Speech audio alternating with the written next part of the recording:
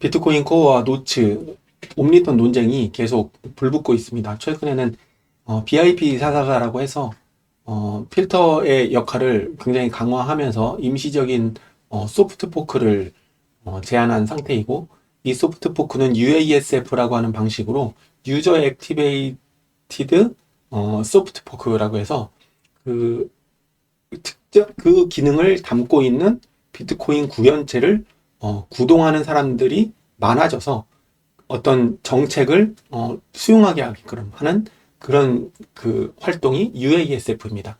그래서 비트코인 노츠 측에서 BIP444를 제안하고 이것을 소프트 포크 하면서 UASF를 지금 주장하고 있기 때문에 천천히 하나씩 하나씩 좀 설명을 해보려고 했던 이 독일에서 21가지 이 옴니턴 논쟁을 이해하는데 21가지 기사를 이제 설명을 하려고 했는데 그냥 한 번에 그냥 쭉 설명을 좀 해보려고 합니다. 좀 길지만 읽어보면서 중간에 제가 좀 설명을 해가는 그런 방식으로 진행해 보려고 합니다. 자, 일단 뭐 서로는 읽어보시면 되고, 이 전체 전체 내용은 제가 X에는 이미 공유를 했고요. 이미 공유를 했고, 커뮤니티 게시글로 좀 분절해서 올려놓도록 하겠습니다. 그래서 전체 내용은 한번 읽어보실 수 있도록 그렇게 할게요. 일단 옴니턴이란 무엇이며 왜 도입되었나? 자, 옴니턴은 트랜잭션을 설명하는 프로그래밍 언어인 비트코인 스크립트의 특별한 명령입니다. 옴니턴을 사용하면 작은 데이터 조각을 트랜잭션에 삽입할 수 있습니다. 이 데이터는 나중에 다시 사용하는 것이 아니라 블록체인에 영구 저장하기 위한 것입니다. 라고 되어 있습니다. 자, 근데 왜 도입되었나? 그냥 필요에 의해서 만들어진 오퍼레이션 관련된 그냥 명령어라고 보면 됩니다. 근데 왜 도입되었나? 네트워크 초창기에 일부 사용자는 다른 방식으로 비트코인의 데이터를 저장하려고 시도했습니다. 그들은 실제로는 키가 없는 겉보기에 유해해 보이는 비트코인 주소에 데이터를 넣었습니다. 문제는 이러한 가짜 주소가 모든 비트코인 노드가 영구적으로 메모리에 보관해야 하는 미사용 비트코인 출력 UTXO 데이터베이스에 쌓인다는 것이었습니다. 이 쓸모없는 데이터는 영원히 그곳에 남아 데이터베이스를 부풀렸습니다. 라고 이렇게 나와 있습니다. 자, 우리가 비트코인 관련된 저장소라고 우리가 표현하면 블록만 생각할 수 있는데, 비트코인 실제 동작하는 걸 보면 블록이라고 하는 트랜잭션이 모여있는 저장소도 있지만 UTXO 세트라고 하는 데이터베이스가 별도로 존재해요. 그래서 이 UTXO 세트에서 개인 키에 소속되어 있는 그 주소가 가지고 있는 UTXO를 이렇게 긁어서 잔액을 보여주는 거거든요. 그런데 블록에다가 그 데이터를 넣는 게 아니라 이 가짜 주소를 만들어서 UTXO 데이터베이스에다가 그런 비금융 데이터를 넣는 그런 활동들이 비트코인 초창기부터 있었다는 얘기입니다. 자, 그래서 이것을 막기 위해서 옴니턴이라고 하는 걸 만들어서 UTXO 세트에다 넣지 말고 저쪽에다가 넣으려면 넣으렴이라고 이렇게 일종의 짬 처리 영역으로 만들어 놓은 게 옴니턴이라고 생각하면 됩니다. 그래서 왜 도입되었나? 짬 처리용으로 만들어 놓은 거다라고 이야기하시면 돼요. 이해하시면 됩니다.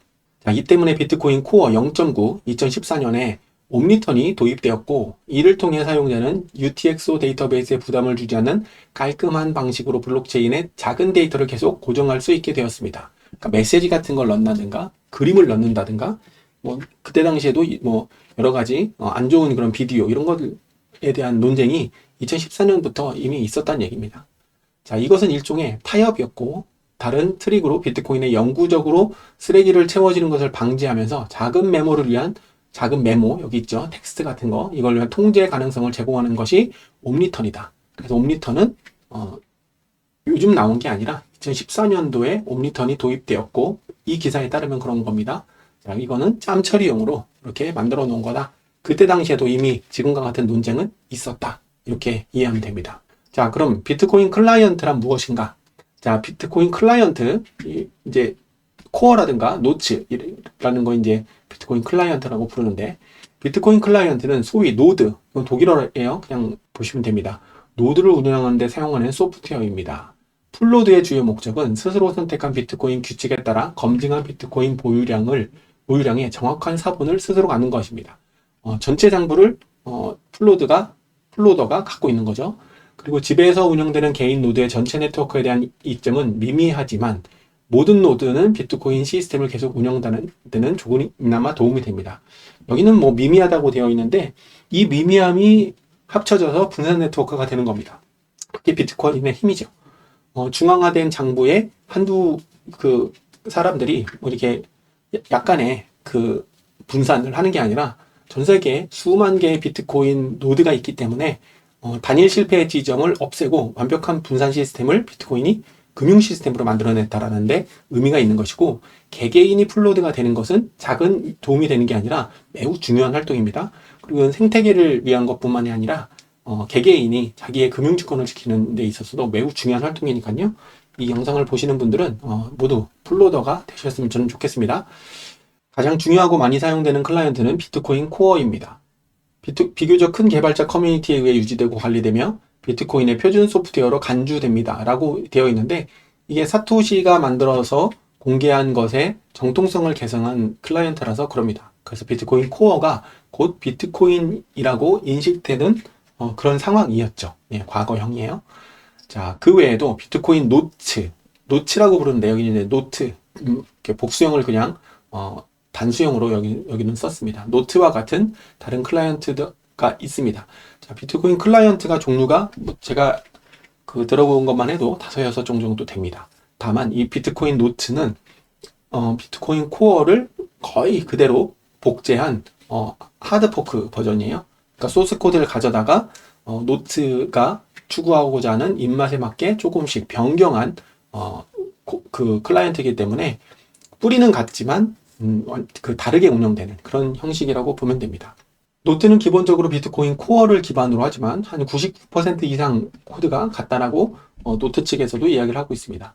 다른 기본 설정을 가지고 있으며 다른 정책을 따릅니다. 그러니까 필터와 관련된 정책을 노트에서는 따로 개발해서 돌리고 있는 거죠. 가장 큰 차이점 중 하나는 현재 두 프로그램이 옴니턴 데이터를 얼마나 엄격하게 처리하는지에 있습니다. 자, 이것 때문에 필터 논쟁이 이제 일어난 거죠. 코어는 필터가 좀 더 느슨하고 노트는 좀 더 촘촘하다. 이런 식으로 비유를 많이 합니다. 그래서 두 개는 거의 같지만 필터와 관련된 또는 기타 등등 노트를 운영하는 그 사람이 추구하고자 하는 그런 방향성에 따라서 조금씩은 기능이나 정책이 다르다. 이 정도로만 보면 됩니다. 자, 세 번째, 합의 규칙과 정책 규칙의 차이점은 무엇인가요? 라고 되어 있는데, 자, 비트코인에는 두 가지 유형의 규칙이 있다고 설명합니다. 첫 번째는 합의 규칙이에요. 컨센서스 룰이에요. 이건 뭐 독일어니까 룰로 안 나오나 봅니다. 자, 모든 네트워크 참여자가 따라야 하는 고정된 기본 규칙입니다. 예를 들어 비트코인이 절대 2100만 개를 넘지 않도록 하거나 유효한 블록이 어떻게 보여야 하는지 결정하거나 노드가 이런 것들은 합의 규칙입니다. 컨센서스 룰이라고 부릅니다. 자, 노드가 이러한 규칙을 위반하는 트랜잭션이나 블록을 수락하면 실제 비트코인 네트워크에서 분리됩니다. 그래서 잘못된 트랜잭션을 블록에다가 담지 못하고 블록에 담은 것을 플로드들이 검증해서 가장 긴 체인에 붙이고, 그렇게 붙여서 서로 경쟁하다가 동시에 채굴됐지만 낙오되는 그런 블록을 스테일 블록이라고 하는데, 그런 것들을 제외하고 하나의 블록으로 계속 길게 유지하는 것, 이거 모두 합의 규칙, 컨센서스 룰이 있기 때문에 그런 겁니다. 이거는 뭐 불변이라고 봐도 됩니다. 이것은 그래서 2100만 개를 현실적으로 코드에서 수정할 수 있지만 합의 규칙을 다른 사람들이 받아들여주지 않으면, 이 네트워크의 이해관계자들이 받아들이지 않으면 그것은 합의되지 않은 거기 때문에 이거는 거의 불변이라고 보면 됩니다. 다만 두 번째, 정책 규칙이 있어요. 펄리시라고 되어 있는데, 개별 노드의 추가 설정입니다. 유효성에 관한 것이 아니라 노드가 멤풀의 어떤 트랜잭션을 받아들이고 다른 노드에 전달할지에 관한 것입니다. 즉 트랜잭션은 합의 규칙에 따라 완전히 유효할 수 있지만 일부 노드에서는 정책이 더 엄격하기 때문에 거부될 수 있습니다 라고 되어 있습니다. 자, 그래서 플로드를 엄브렐 같은 걸로 구축을 해보신 분들은 한번 그 어드밴스드, 그러니까 고급 기능에서 들어가 보면 데이터 캐리어 사이즈 이런 것들을 조정할 수 있는 옵션이 있거든요. 이런 옵션들을 어떤 값으로 가져갈 거냐, 그 옵션을 둘 거냐 말 거냐, 이런 것들이 정책 규칙이라고 하는 겁니다. 그래서 이것은 이 구현체들마다 노드를 돌릴 수 있는 그런 비트코인 프로토콜 구현체, 이걸 클라이언트라고도 부르는데 그런 구현체마다 설정 값들, 옵션이 다른 겁니다. 그래서 코어와 노츠는 이런 정책 규칙이 다른 거라고 보면 되는 겁니다. 자, 네 번째, 데이터 캐리어와 데이터 캐리어 사이즈는 무엇을 의미하며 지금까지 83바이트 제한이 있었나요? 라고 되어 있습니다. 자, 엄브렐의 그 속성에 가보면 데이터 캐리어 사이즈를 속성하는 이 필드가 있습니다. 버전 32전 버전이에요. 저는 그 노츠 29.1을 지금 돌리고 있는데 거기도 보면 데이터 캐리어 사이즈를 설정하는 값이 있습니다. 기본 값 코어에는 83바이트인데 노츠는 40몇 바이트인가 뭐 이렇게 구성이 됩니다. 예. 저는 그냥 0으로 놓고 쓰고 있습니다. 비트코인 코어 소프트웨어에는 옴니턴을 위한 특별히 만들어진 두 가지 설정이 있습니다. 첫 번째는 데이터 캐리어고요. 두 번째는 데이터 캐리어 사이즈라고 이렇게 되어 있습니다. 자, 노드가 옴니턴 트랜잭션을 전혀 전달할지 여부를 설정할 수 있습니다. 전달할지 말지를 결정하는 값이 데이터 캐리어고요. 캐리어. 옴니턴에서 허용한다 그러면 몇 바이트의 크기를 설정할 수 있는지가 이 캐리어 사이즈입니다. 그러니까 데이터 캐리어는 옴니턴 트랜잭션을 전달할 건지 말 건지에 대한 옵션이고, 만약에 전달한다고 한다면 데이터 캐리어 사이즈라고 해서 몇 바이트의 옴니턴 데이터를 내 노드는 승인할 거냐, 요겁니다. 그래서 표준값은 오랫동안 83바이트로 설정되어 있었어요. 이는 짧은 텍스트 한 줄 정도의 양입니다. 그래서 옴니턴에다가 뭐 생일 축하 메시지를 보낸다든가 뭐 그런 것들을 할 수 있는 그런 서비스들도 있습니다. 웹 서비스도 있고. 자, 그 이유는 위에서 언급했듯이 옴니턴의 대량의 데이터를 위한 저장 공간이 아니라 짬 처리 공간으로 작은 메모장 역할을 하기 위해서 83바이트로 해놨습니다. 이 제한은 해시나 타임스탬프와 같은 유용한 정보는 블록체인에 기록될 수 있지만 아무도 비트코인을 값싼 데이터베이스로 남용하지 않도록 이렇게 83으로 만들어놨습니다. 자, 중요한 점은 이 제한이 정책이었다는 겁니다. 그래서 고정된 비트코인 규칙 합의가 아니라 비트코인 코어의 기본 설정, 이 클라이언트라고 하는 구현체의 기본 설정이었어요. 채굴자들은 원한다면 더 큰 옴니턴 트랜잭션을 이전에도 수락할 수 있었고, 채굴자들이 만약에 코어를 변형한 걸 쓴다. 그리고 옴니턴 데이터를 이 시스템에서 할 수 있는 최대값을 만약에 적용하고 싶다라고 하면 이미 할 수 있었다라는 얘기입니다. 전체 네트워크에서 맥락에서 결코 유효하지 않은 것으로 간주되지 않았다. 이것은 뭐냐면 옴니턴 사이즈가 합의가 아니라 그냥 정책이기 때문에 클라이언트가 승인하면 그냥 승인될 수 있고, 그것은 블록을 만들거나 트랜잭션을 처리하거나 검증하는데 어떤 조건이 아니었다라는 얘기입니다. 네, 그래서 그런 식으로 GitHub 이미지 설명에 보면 83에서 뭐 이게 변경될 수 있다. 이렇게 플러스 마이너스 있죠. 마이너스는 없어진 거고 플러스가 이제 생긴 건데, 이런 식으로 83이 없어지고 이거를 최대값을 늘린다. 이렇게 늘릴 수 있다. 이런 화면을 이 기사에서 보여주고 있습니다. 자, 현재 변경사항으로 보면, 자, 이 제한의 해제는 구체적으로 무엇을 의미하나요? 코어 30 버전에서 버전 30에서 옴니턴 데이터 사이즈를 상향 조정해서, 그러니까 시스템에서 감당할 수 있는 최대치가, 이거는 코드상으로 10만 바이트라고 되어 있는데 83바이트로 해놨을 때는 83바이트 이내에 있는 작은 메모 그런 것만 이 클라이언트가 트랜잭션으로 이렇게 처리를 하는 거지만 10만 바이트면은 더 긴 문장이 될 수 있잖아요. 자, 그래서 요거까지 허용하는 업데이트를 해버린 거죠. 이게 이제 이 필터 논쟁, 뭐 데이터 캐리어 사이즈 논쟁, 뭐 이런 옴니턴 논쟁, 이게 이제 촉발된 원인인 거죠. 그래서 버전 30에 상향 조정되어 사실상 제거되었다. 그래서 시스템이 허용하는 이런 필터, 지나갈 수 있는 데이터의 길 자체를 83으로 좁게 했다가 이거를 완전히 넓혀버렸기 때문에 이제 원하면 10만 바이트까지 메모를 작성해서 블록에다가 집어넣어 버릴 수 있는 그런 상황이 된 겁니다. 자, 이게 이제는 블록 가중치 또는 블록 크기에 대한 최대 표준 크기에 의해서만 제한됩니다. 그래서 요 10만을 넘지 못한다는 얘기로 이제 해석하면 될 것 같아요. 즉, 코어는 더 이상 옴니턴 데이터의 최대 크기를 중앙에서 지정하지 않습니다. 이 클라이언트 레벨에서 지정하지 않아요. 그냥 10만 넘지 않으면 다 들어갈 수 있는 겁니다. 대신 노드 운영자는 자신의 구성의 제한을 설정할지 여부와 그 한도를 얼마나 높게 설정할지 스스로 결정해서 스스로 세팅을 해야 됩니다. 자, 그러면 제한을 없앴으면 제한을 네가 하면 되잖아 라고 이야기 하겠지만, 이거를 스스로 찾아서 바이트를 조정할 수 있는 사람이 얼마나 될 것이며, 많은 사람들이 기본값으로 되어 있는 것을 그냥 놔두지 않고 쓴다라는 데에서 문제점이 있는 겁니다. 그래서 저는 그냥 노트를 쓰면서 데이터 캐리어 사이즈를 0으로 해놓고 쓰지만, 그렇게 쓰지 않는 분들도 계실 거고, 그냥 엄브레 설치해서 넷플로드가 돌아가는 것만 돌아가는 것만으로도 만족하는 분들이 계실 거예요. 네. 그래서 그런 차이가 있는 겁니다. 중요한 점은 합의 규칙은 변경되지 않았다는 겁니다. 네, 이거는 정책이니까요.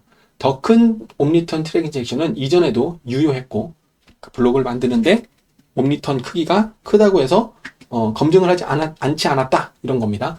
차이점은 이전 제한으로 인해 많은 노드에서 표준적으로 전달되지 않았다는 겁니다. 그냥 기본값으로 놓고 쓰면 긴 문장은 잘라버렸다는 얘기예요. 이 제한이 해제됨에 따라 더 큰 옴니턴 트랜잭션이 이제 네트워크를 통해 더 쉽게 전파됩니다 라고 되어 있습니다.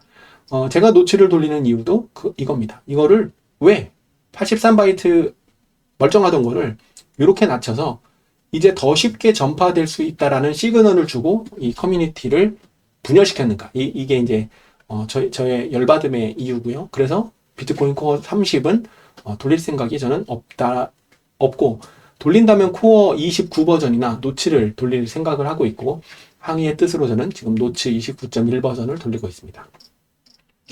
자, 왜 제한이 해제되었으며 왜 지금인가? 이게 이제 이 지금이라고 하는 것도 시점에 따라 조금 달라지겠지만, 이 옴니턴 논쟁이 발발하게 된 이 시점을 이야기하는 것 같아요. 자, 비트코인 코어 개발자들은 옴니턴에 대한 고정된 표준 제한이 스팸에 대한 실질적인 보호를 제공하지 않는다는 결론에 도달했습니다. 그러니까 요거를 제한해봐야 스팸을 만들려고 하는 놈들은 어떤 방식으로든 스팸을 만드니까, 이것을 굳이 제한해서 스패머들이 그 UTXO 세트에다가 넣기보다는 UTXO 세트를 부풀리지 않는 이 블록에다가 넣게, 옴니턴에게 넣게 이렇게 유도를 하자라는 게 주요 논지입니다. 자, 블록체인에 많은 데이터를 쓰고 싶은 사람은 예를 들어 저렴한 인스크립션, 이게 UTXO 세트에다가 넣는 거라고 해요. 인스크립션이나 증인 데이터와 같은 방법을 통해서도 사용할 수 있습니다. 따라서 옴니턴의 80바이트 제한은 어쨌든 쉽게 우회할 수 있는 인위적인 장벽이었습니다. 83으로 고정해 놔봐야 UTXO 세트나 증인 데이터, 이거는 이제 세그윗이라고 하는 업데이트를 통해서 만들어진 건데, 이건 좀 복잡하니까 넘어가고요. 아무튼 옴니턴이 아닌 다른 곳에다가도 어차피 지금 스팸을 만들어서 넣을 수 있는데, 굳이 83으로 이거를 기본값을 해놔서 그쪽 UTXO 세트로 가기보다는 옴니턴으로 이거를 이전을 하면 아무래도 UTXO 세트가 훨씬 더 중요한 데이터라고 판단되기 때문에 이걸 보호할 수 있지 않을까라는 결론을 낸 겁니다. 이 결론도 타당하죠. 네, 이 결론도 저는 타당하다고 생각합니다. 자, 보안을 제공하는 대신에 이 제한은 오히려 단점이 있었습니다. 자, 일부 노드는 다른 노드보다 더 엄격하게 필터링했기 때문에 노드들이 메모리에 서로 다른 트랜잭션을 갖게 될 수 있었습니다. 이는 현재 수수료율이 얼마나 높은지, 어떤 트랜잭션이 실제로 다음 블록에 포함될지를 예측하기 어렵게 만들고 네트워크의 효율성을 약화시킵니다. 자, 이게 무슨 얘기냐면, 저는 노츠 29.1 버전을 사용하면서 데이터 캐리어 사이즈 0으로 설정했기 때문에 제 노드의 트랜잭션에는 데이터 캐리어 사이즈가 들어있는 트랜잭션은 아예 제 노드 단에서 거부를 합니다. 그러니까 제 멤풀에 그런 트랜잭션은 리스트에 올라와 있지도 않아요. 근데 반면에 데이터 캐리어 사이즈를 10만 바이트로 열어놓은 사람들은 그런 스팸을 옴니턴에다가 집어넣는 트랜잭션이 멤풀에 존재하겠죠. 그러니까 서로 멤풀이 유사하게 되는 것이 아니라 필터에 따라서 어느 곳은 더 옴니턴에 따라서 숫자가 적고, 어떤 것은 옴니턴이 들어있는 것을 더 많이 멤풀에 보여주고, 이런 차이들이 계속 일어나니까 이 트랜잭션이 얼마나 많이 쌓여 있느냐에 따라서 네트워크 수수료가 예측할 수 있는데 그런 불균형들이 있기 때문에 수수료를 예측하는데 부정확해지는 그런 문제가 실제로 존재하긴 합니다. 이게 무슨 얘기인지 이해되시겠나요? 이해가 안 되시면 여러 번 반복해서 들어보시고 각각의 키워드를 좀 더 공부를 하셔야 됩니다. 자, 개발자들이 오랫동안 낡고 비효율적인 정책 규칙을 단순화하는 것에 논의해 왔으며, 그러니까 그 필터를 계속 넣느라고 개발하는 것 자체를 아담 백은 군비 경쟁이라고 표현을 했습니다. 이게 이제 그런 얘기예요. 자, 이번 버전 3에서 제한이 그냥 해제되었는데 이걸 해제하고 말고에 대한 그 좀 강압적인 그 결정. 물론 코어 데브팀은 옛날부터 있었던 얘기고 그걸 우리는 그냥 PR을 머지한 것 뿐이야. 그러니까 소스 코드에 반영한 것 뿐이야 라고 변명을 하지만 커뮤니티에 엄청난 그 반발이 있었다면 그거를 굳이 저는 안 해도 된다고 생각했는데 강압적으로 했죠. 그것에 대한 저는 굉장히 큰 비판을 하고 있는 상태입니다. 자, 목표는 코드를 더 간결하게 만들고 모순을 피하며 노드 운영자들에게 더 많은 책임을 부여하는 것입니다. 코어는 이를 통해 스팸이 임의의 제한으로 방지되는 것이 아니라 비트코인 자체의 수수료 모델을 통해 방지되는 점을 명확히 하고자 합니다. 자, 이게 무슨 얘기냐면 어차피 스팸은 없앨 수 없습니다. 이건 저의 관점이에요. 스팸은 옴리턴을 0으로 해도 그 노츠를 통해서 스팸이 들어가는 것을 확인했어요. 그런 걸 노츠 측이 필터 전쟁을 일으키면서 필터를 빡빡하게 하면 스팸이 없을 거야 라고 주장을 하지만 실제로 노츠를 돌리고 오션 풀을 통해서 데이터물이라고 하는 프로토콜을 통해서 오션 풀에서 채굴을 해도 그 채굴된 블록에는 스팸이 들어있다라는 것을 사람들이 많이 증명을 했습니다. 자, 이렇듯 스팸은 없을 수 없으니 이 스팸을 없앨 수 없다라는 것을 인정하는 게 너무 중요하고 이걸 없애는 방법은 자발적으로 수수료가 없어서 돈이 떨어져서 스팸을 넣는 게 경제적 동인이 없어서 안 하게 되는 것. 이것만이 저는 스팸이 없어지는 방법이라고 생각하거든요. 그러기 전에는 어떤 형식으로든 우회를 해서 스팸은 생길 수가 있다. 기술적으로. 왜냐하면 이거는 오픈 네트워크이기 때문에 어쩔 수가 없다라는 입장입니다. 코어 데브팀도 그런 입장을 이렇게 얘기하는 겁니다. 이건 이제 부연 설명을 제가 좀 해본 거고요. 7번, 그럼 제한 해제는 노드 운영자에게 구체적으로 무엇을 의미하나요? 라고 되어 있습니다. 대부분의 노드 운영자에게는 당장 아무것도 바뀌지 않습니다. 비트코인 코어 버전 30을 설치하면 자동으로 새로운 설정이 적용됩니다. 즉, 옴리턴 데이터에 대한 고정된 제한이 더 이상 없고 최대 표준 가중치를 제외한 더 큰 옴리턴 필드가 있는 트랜잭션은 일반 규칙, 그러니까 정책이죠. 합의를 충족하는 한 전달된다.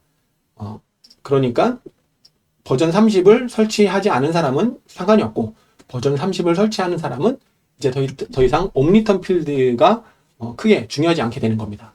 만약에 계속해서 제한을 두고 싶은 사람은 직접 설정할 수 있습니다. 위에서 언급한 데이터 캐리어와 데이터 캐리어 사이즈 옵션을 통해 구성 파일에서 config. 파일 in인가요? 뭐 이런 파일이 있습니다. 네, 그래서 거기서 옴리턴을 허용되는 최대 크기가 얼마고 인지 이렇게 직접 설정할 수 있는데 자, 그 책임은 이제 개별 운영자에게 더 많이 있다. 그러니까 코어 측에서는 아예 이제 그걸 어떤 컨트롤하지 않고 노드를 운영하는 사람이 각자 알아서 판단할 일이다라고 이제 노드 운영자들에게 공을 던진 겁니다. 중요한 점은 누구도 이 변경사항을 받아들이도록 강요받지 않는다는 것이고 새로운 설정을 거부하는 사람은 비트코인 코어 버전 29와 같은 이전 버전을 계속 실행하거나 여전히 더 엄격한 규칙을 사용하는 비트코인 노츠와 같은 대체 클라이언트를 사용하면 된다라고 되어 있습니다. 자, 관점 비판 및 위험. 자, 루크 대시 주니어는 누구이며 왜 이 논쟁의 핵심 인물인가요? 라고 이제 8번째 이 기사는 질문하고 있습니다. 자, 루크 대셔라고 이렇게 돼 있으니까 루크 대셔라고 하겠습니다. 루크 대셔는 가장 오래되고 가장 잘 알려진 비트코인 개발자 중 한 명입니다. 그는 지난 몇 년 동안 네트워크에 많은 귀중한 기여를 한 논란의 여지가 없는 뛰어난 프로그래머입니다. 세그윗을 주도했던 개발자로 알려져 있습니다.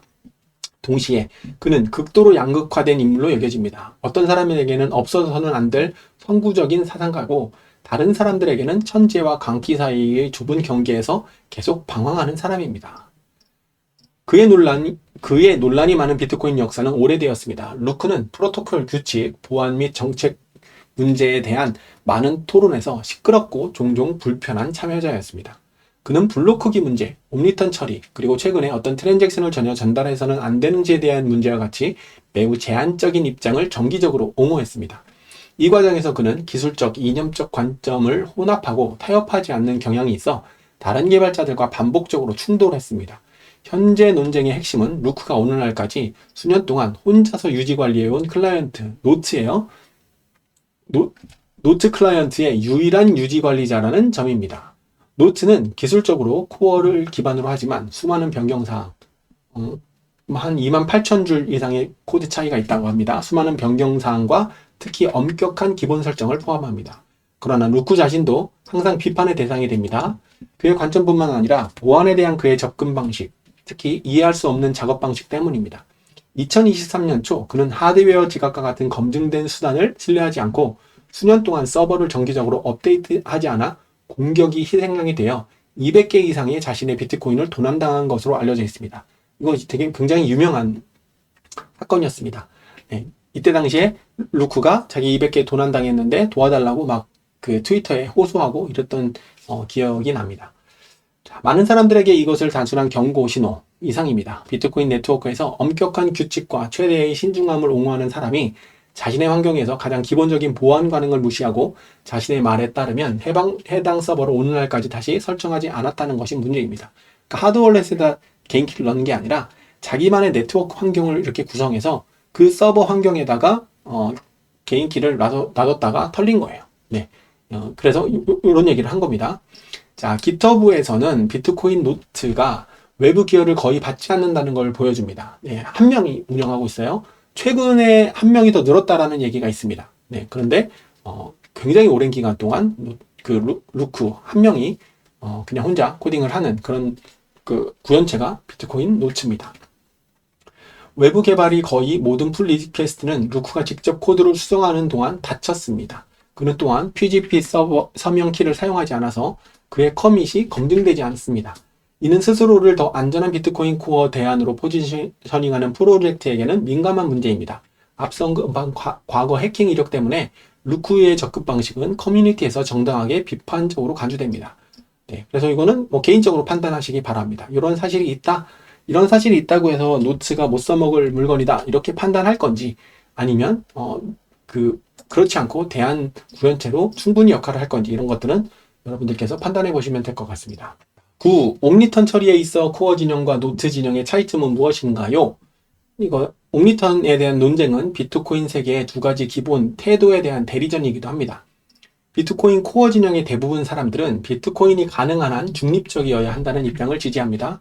이 관점에 따르면 모든 트랜잭션은 규칙을 준수하고 해당 수수료를 지불하는 한 합법적입니다. 누군가 비트코인을 돈으로만 송금하든 트랜잭션의 데이터를 쓰든 상관없습니다. 코어 개발자들은 항상 강조합니다. 시장, 즉 수수료가 스팸에 대한 가장 효과적인 수단이다라고 주장하는 게 코어 내부 측입니다. 자, 블록체인에 많은 데이터를 넣고 싶은 사람은 그에 상응하는 비용을 지불하면 되고 만약 시장이 쓸모없는 스팸보다 금전적 트랜잭션을 더 중요하게 생각한다면 스팸은 조만간 가격 경쟁에서 밀려나게 될 것입니다. 저는 양가가 다 있습니다. 이 수수료가 스팸에 대한 가장 효과적인 해결책이라고 생각을 하면서도 지금 스팸 데이터를 넣는 그런 비금융 데이터를 매우 싫어하는 그런 상황입니다. 그러니까 그 스팸을 옹호하느냐 마느냐 이거는 기본값이고요.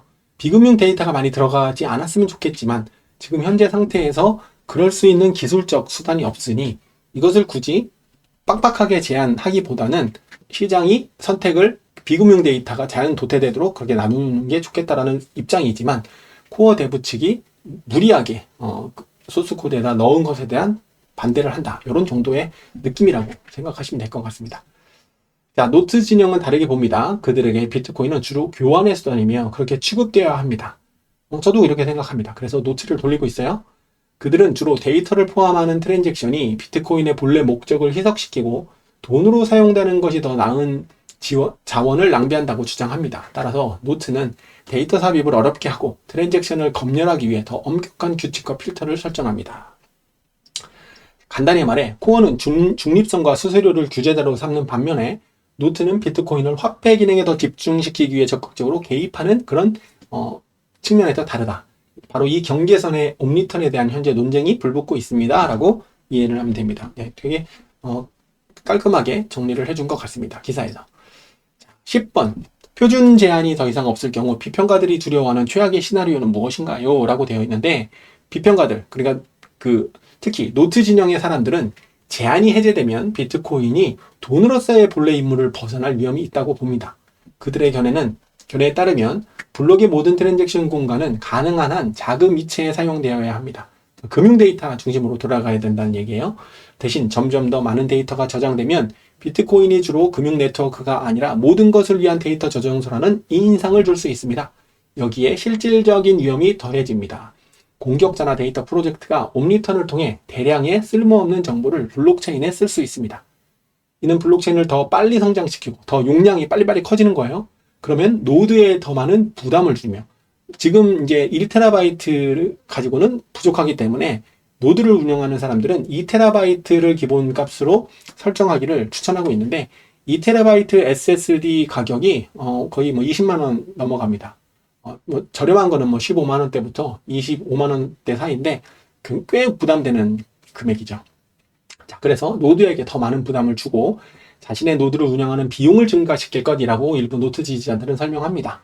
그러나 이 우려는 대부분의 경우 무지 또는 오해에 기반합니다. 옴니턴의 제한이 상향 조정되거나 해제되더라도 블록 크기 제한은 계속 유지될 것입니다. 1MB예요. 그리고 증인 영역이 있기 때문에 플러스 4MB까지 증가할 수 있는데 이 4MB 쪽에다가 스패머들은 계속 넣고 있는 거예요. 네, 증인 데이터 쪽에. 따라서 이전보다 훨씬 빠른 성장은 불가능합니다라고 이 기사에서는 설명하고 있습니다. 자, 종종 불법 콘텐츠의 위험도 언급됩니다. 비평가들은 제한이 없어지면 저작권으로 보호되거나 심지어 처벌 가능한 죄로 예를 들어서 아동 포르노 같은 것들 이게 지금 이슈가 되기도 했었죠. BIP444에 아동 포르노가 당신의 플로드에 저장되면 당신은 법적으로 처벌받을 수 있어 라는 식의 언급을 했는데 이건 좀 한참 잘못된 언급이라고 저는 생각합니다. 자, 그래서 심지어는 처벌 가능한 자료가 블록체인에 더 많이 포함될 것을 우려합니다. 그러나 여기서 이해해야 할 중요한 점은 데이터가 블록체인에 일반 텍스트로 있는 것이 아니라 암호화된 또는 이진 조각의 형태로 있다는 것입니다. 따라서 법적으로 공격받을 수 있는 사람들은 주로 이러한 컨텐츠를 적극적으로 기록하거나 나중에 의도적으로 해독하고 재배포하는 사람들일 것입니다. 모든 일반 노드 운영자가 반드시 그런 것은 아닙니다. 이미 제 플로드에도 이진 형태로 되어 있는 이런 불법 자료가 있을 수 있습니다. 저는 모르죠. 이것을 꺼내서 유통하는 게 문제지 이 블록이나 증인 데이터 쪽에 UTXO 세트에 어떤 데이터가 있는지 알지도 못하는데 이걸로 어떤 국가에 의해서 제한을 받거나 이러지는 않을 거라는 얘기를 이렇게 설명하고 있는 겁니다. 자, 그럼에도 불구하고 이러한 데이터가 존재할 수 있다는 가능성 또는 사실 저는 있다고 생각합니다. 옛날에도 이런 문제들이 있었기 때문에 어딘가에는 있을 수 있겠죠. 자체가 비트코인의 부정적인 헤드라인을 가져올 수 있고 이미 그렇게 해왔기 때문에 이 주제는 여전히 민감합니다. 라고 되어 있습니다. 자, 11번. 필터 규칙으로 비트코인의 스팸을 막을 수 있나요? 많은 전문가들은 비트코인과 같은 개방적이고 분산된 시스템에서는 필터로 스팸을 영구적으로 막을 수 없다고 확신합니다. 이건 기술적으로 그냥 팩트입니다. 필터 규칙은 공격자가 이를 우회할 때까지만 작동합니다. 그 후에는 새로운 규칙을 설정해야 되고 게임은 처음부터 다시 시작됩니다. 장기적으로 이것은 무엇이 스팸이고 무엇이 아닌지를 지속적으로 지정하는 중앙기관이 있어야 함을 의미합니다. 그러나 바로 이것이 비트코인 분산된 특성과 모순됩니다. 여기서 이제 중앙화에 대한 검열 이런 단어들이 이제 막 나오는 겁니다. 그런데 이제 그 메카닉 같은 사람들은 검열 그런 게 아니야. 국가가 하는 게 검열이고 이거는 그냥 필터야 라고 또 메카닉 같은 사람들은 주장을 하고 있습니다. 자, 필터 지지자들은 적어도 장벽을 높여 비트코인이 크거나 쓸모없는 데이터로 쉽게 넘쳐나는 것을 막을 수 있다고 주장합니다. 그러나 시뮬레이션에 따르면 필터는 실제로는 거의 효과가 없습니다. 노드의 90%가 필터를 사용하더라도 거의 모든 트랜잭션은 나머지 관대한 노드, 블록에 도달하고 따라서 채굴자에게도 도달합니다. 채굴자가 블록에 무엇을 포함할지 최종적으로 결정하기 때문에 이러한 트랜잭션은 결국 블록체인에 포함됩니다. 특히 피터 토드가 만든 리브라 릴레이 같은 경우에는 그런 제한이 없습니다. 그래서 리브라 릴레이를 돌리는 사람이 단 한 명이라도 있고 채굴자들이 리브라 릴레이를 사용해서 서로 통신한다면 나머지 많은 사람들이 노치를 사용한다고 해도 리브라 릴레이를 사용하는 몇몇에 의해서 블록에 비금융 데이터가 담길 수 있는 기술적인 사실이 있습니다. 이거는 팩트니까요. 자, 이런 걸 이제 설명하는 겁니다. 따라서 필터 규칙은 주로 네트워크에 추가되는 복잡성을 야기할 뿐 스팸을 막지는 못합니다. 코어의 관점에서는 다음과 같습니다. 유일하게 진정으로 분산되고 신뢰할 수 있는 스팸 방지는 수수료입니다. 블록체인에 많거나 큰 트랜잭션을 쓰고 싶은 사람은 그 비용을 지불해야 합니다. 이를 통해 남용은 누군가 중앙에서 개입하지 않고 스스로 조절됩니다. 라고 되어 있습니다. 자, 12번. 필터가 효과가 없다면 왜 굳이 제한을 제거해야 하나요? 많은 비평가들이 당연한 질문은 다음과 같습니다. 만약 필터 규칙이 실제로 스팸에 대해 효과가 없다면 왜 그냥 유지하지 않고 해제하는가?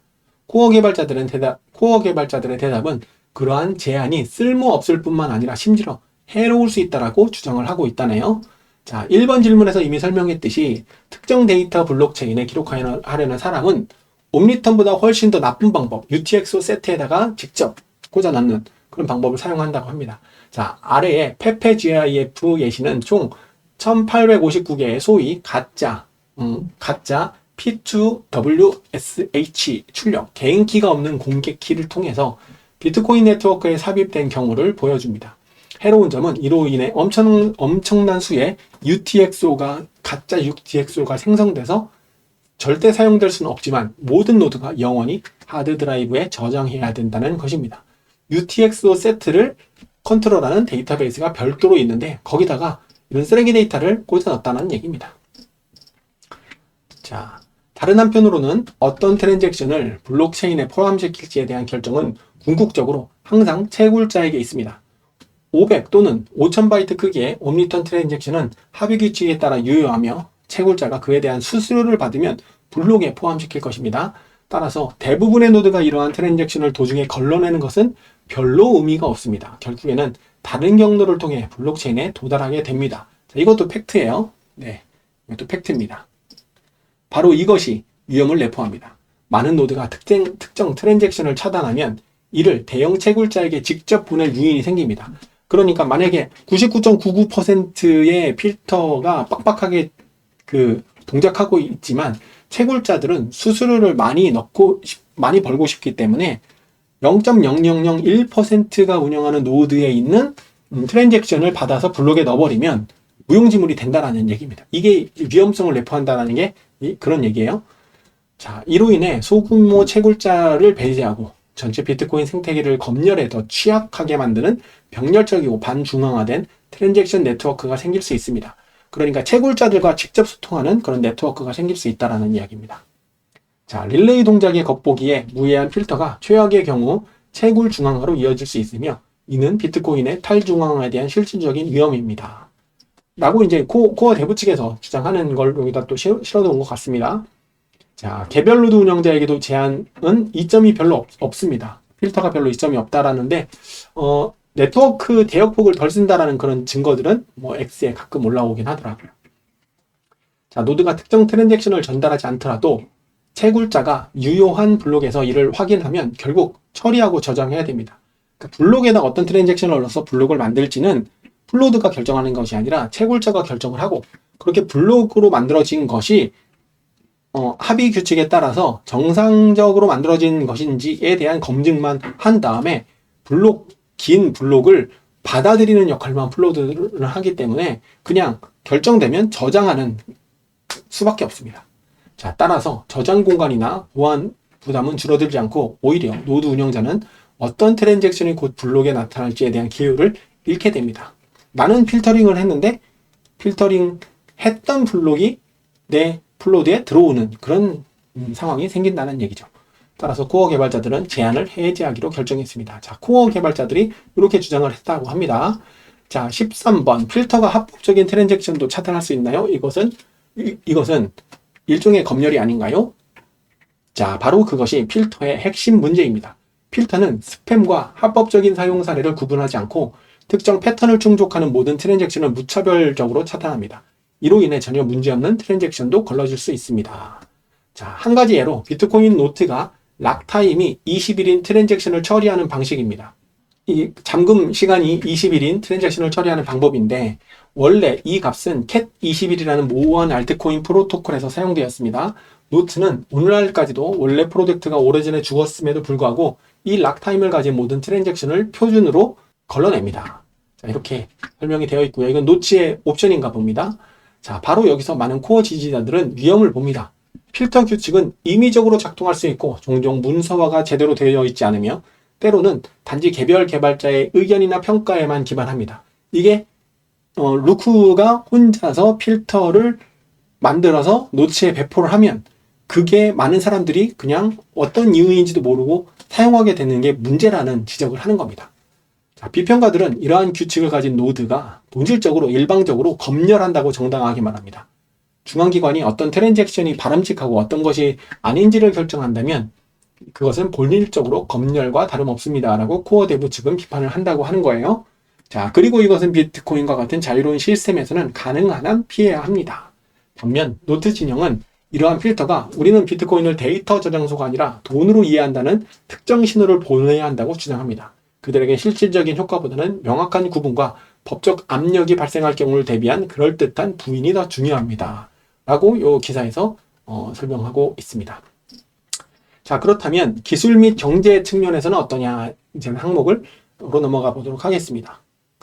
자, 블록체인의 데이터를 쓰는 다른 방법에는 어떤 것들이 있는지 옴니터 말고 뭐가 있는지 설명하고 있는데요. 앞서 언급했듯이 옴니터는 비트코인의 데이터를 저장하는 유일한 방법이 아닙니다. 그것은 단지 가장 오래되고 원래 가장 명확하게 의도된 변형 중 하나일 뿐입니다. 수년 동안 트랜잭션의 데이터를 숨기는 다른 방법이 있었습니다. 자, 가장 중요한 대안은 2017년 세그윗 업데이트와 함께 도입된 소위 증인 데이터입니다. 증인은 암호화 서명을 포함하는 트랜잭션의 일부인데 이곳의 공간은 유연하게 사용할 수 있기 때문에 개발자들은 여기에 다양한 데이터를 저장할 수 있다는 것을 빨리 깨달았습니다. 예를 들어 2023년부터 큰 주목을 받는 오디널스와 인스크립션이 이미지 파일이 이 증인 데이터에 들어가고 있습니다. 스패머 또는 창의적인 사용자라고 부르는 사람들에게 증인 부분은 종종 옴니턴보다 더 매력적입니다. 두 가지 이유 때문입니다. 첫 번째, 비용. 증인 영역의 데이터는 블록 가중치에서 할인되어 처리되며 실제 가중치의 4분의 1만 계산됩니다. 즉, 여기에 데이터를 저장하는 사람은 옴니턴보다 상대적으로 적은 수수료를 지불하고 일반 트랜잭션도 덜 밀어냅니다. 그러니까 숨길 수 있다는 얘기입니다. 더 저렴하게 숨길 수 있다. 유연성. 옴니턴 출력은 명확하게 식별할 수 있고 원칙적으로 필터링할 수 있지만 비트코인의 데이터를 가져오는 방법은 거의 무한합니다. 이러한 데이터는 식별하기 어렵고 의심스러운 경우 제거하기 훨씬 더 어려운 방식으로 저장될 수 있습니다. 그러니까 우회하려면 충분히 우회할 수 있다. 라는 겁니다. 바로 이것이 많은 코어 개발자들이 옴니턴의 제한이 어쨌든 효과적인 보호가 아니라고 주장하는 이유입니다. 제한적으로 유지하더라도 데이터는 단순히 증인 데이터에 담겨 더 저렴한 조건으로 저장될 것입니다. 따라서 옴니턴은 더 이상 비트코인 블록체인 데이터의 주요 채널이 아닙니다. 스패머들은 옴니턴을 사용할지 아니면 증인 데이터를 사용할지 이미 선택할 수 있고 증인 데이터를 사용한다고 하면 그냥 하면 되고 옴니턴을 사용한다고 해도 83으로 제한되지 않은 노드들이 있기 때문에 10만 바이트를 꽉꽉 채워서 넣어도 블록에 저장될 수 있기 때문에 더 이상 이 필터의 역할은 중요하지 않게 필터는 그렇게 역할을 하고 못하다라고 코어 개발자들이 주장하고 있다는 얘기입니다. 자, 15번.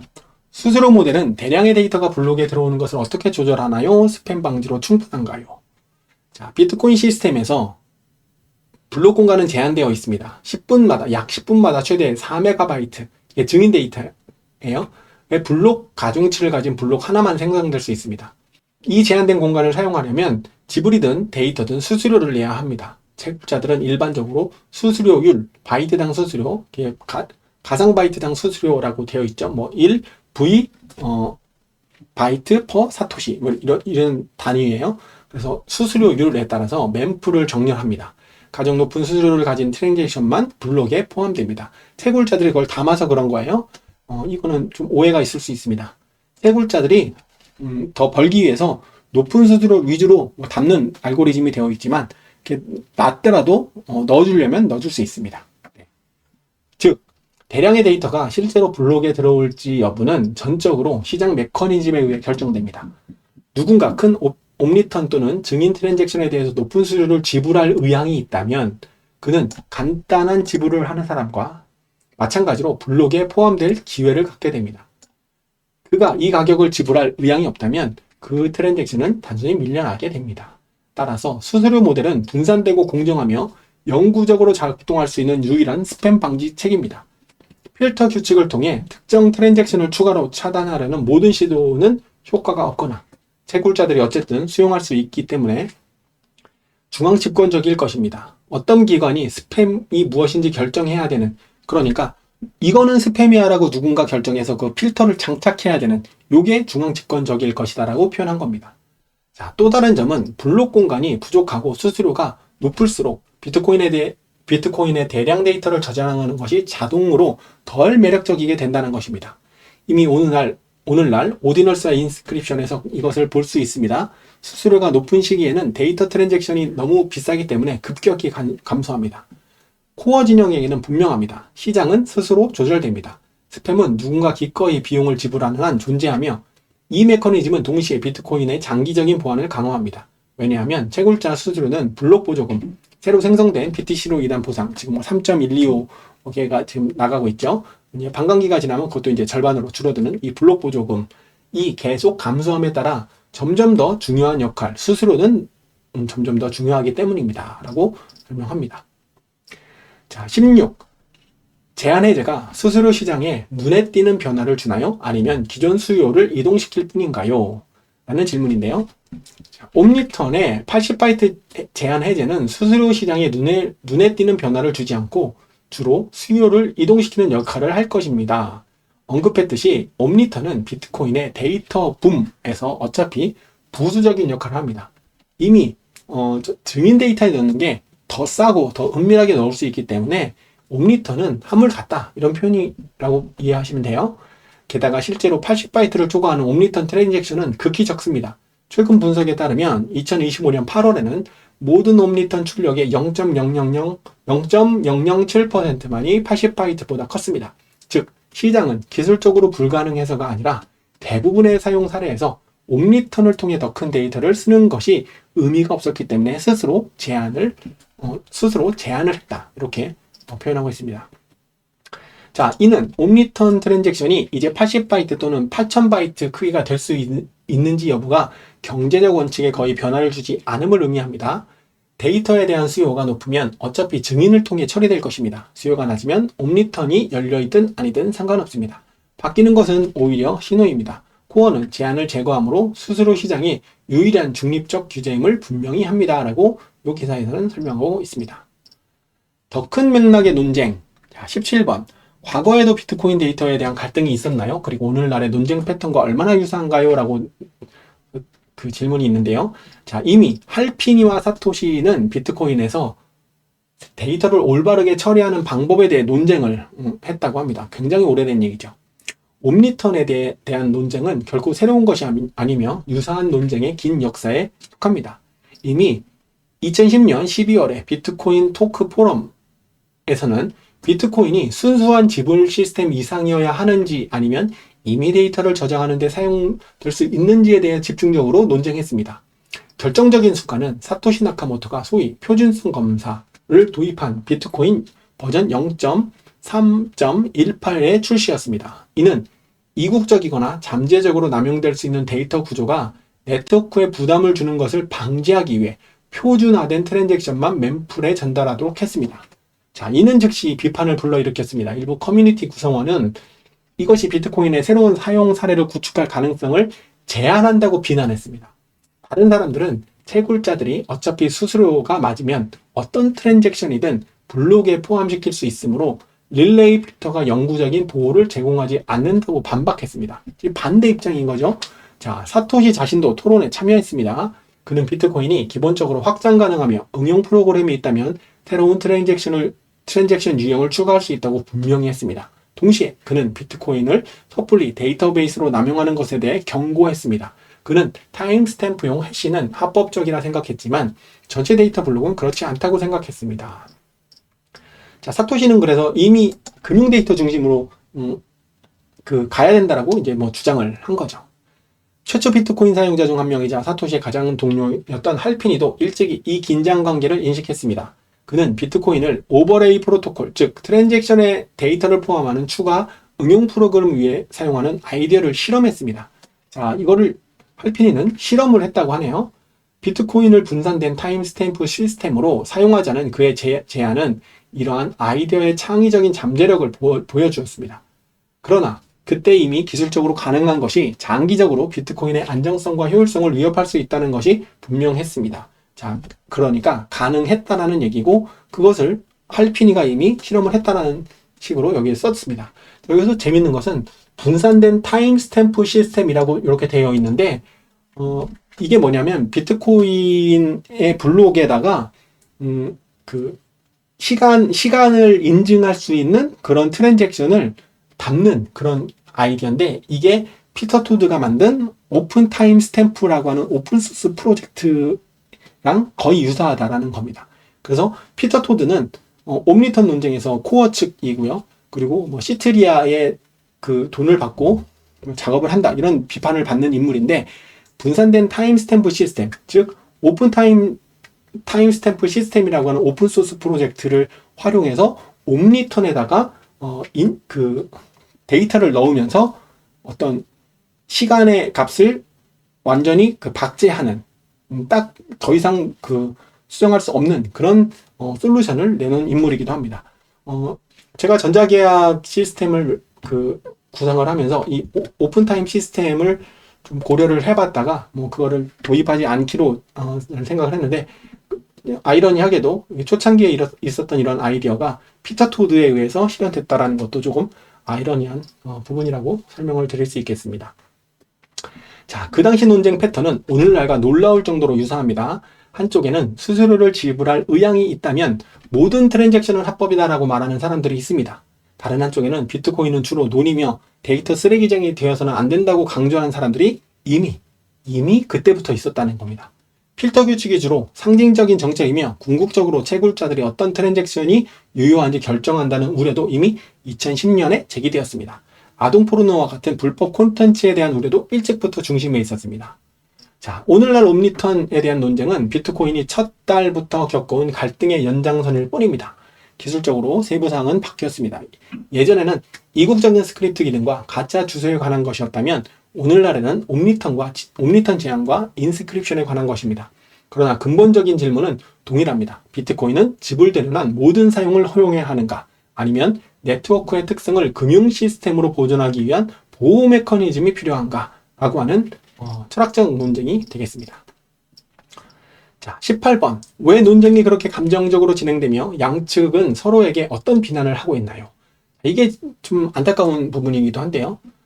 옴니턴에 대한 논쟁은 안타깝게도 냉정하고 기술적으로만 진행되는 것이 아니라 매우 감정적으로 진행됩니다. 양측은 실제 코드나 비트코인의 기능을 훨씬 뛰어넘는 것들을 서로에게 비난합니다.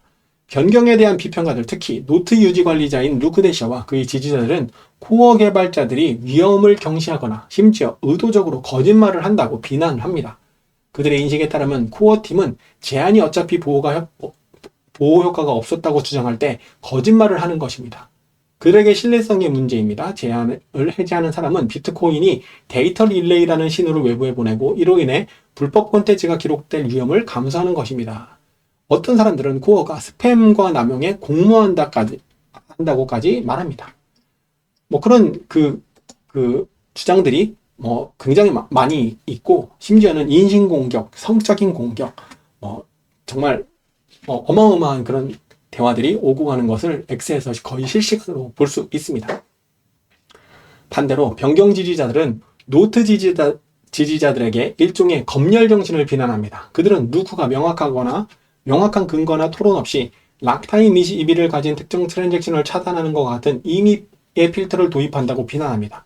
그들의 관점은 이것은 책임감 있는 비트코인 관리가 아니라 전적으로 루크의 의견에 기반한 코드의 점성술과 같습니다. 따라서 비난은 다음과 같습니다. 노트는 진지한 프로젝트가 아니라 과장된 공포 시나리오로 커뮤니티의 감정적으로 만드는 1인 실험이라는 것입니다. 자, 이러한 상호 비난은 많은 이전의 기술적 논쟁보다 논쟁을 더 날카롭게 만들었습니다.